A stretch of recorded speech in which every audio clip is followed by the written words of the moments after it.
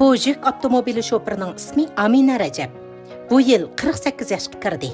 Yezada bir ömür dehqon bulup yaşashni xalamagan Amina 2000-yılı pravi ilip chiqish yo'li izlashga boshladi. 2002-yılı o sanduqluq yük avtomobili setib elib, bingur setishga boshladi.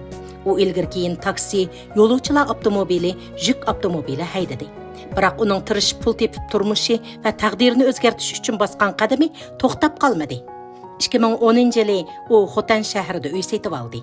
2018-yılı o qarz elib 690 ming yuanga cho'ng yük avtomobili setib elib, o'zi yolg'iz Shinjang ichida yük to'shishga boshladi.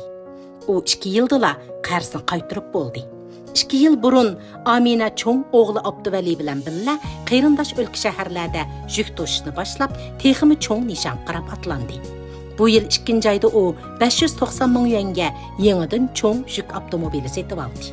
Hazır Amina bilan o'g'li ikkisining oylik kirimi 20 ming yuandan oshadi. 20 necha yildan buyon Aminaning qon tari necha million kilometr yo'lga to'kildi. Shundaq, baxt tirishishdan keladi. Haqiqiy baxt o'zining orzusidagi yo'lnishini bo'ylab yashashdir. Amina va o'g'li Abduvaliga baxt tilaymiz. Safariga oq yo'l bo'lsin. Avtomobil to'xtamay menib tursin. Texmi jiq pul topsin.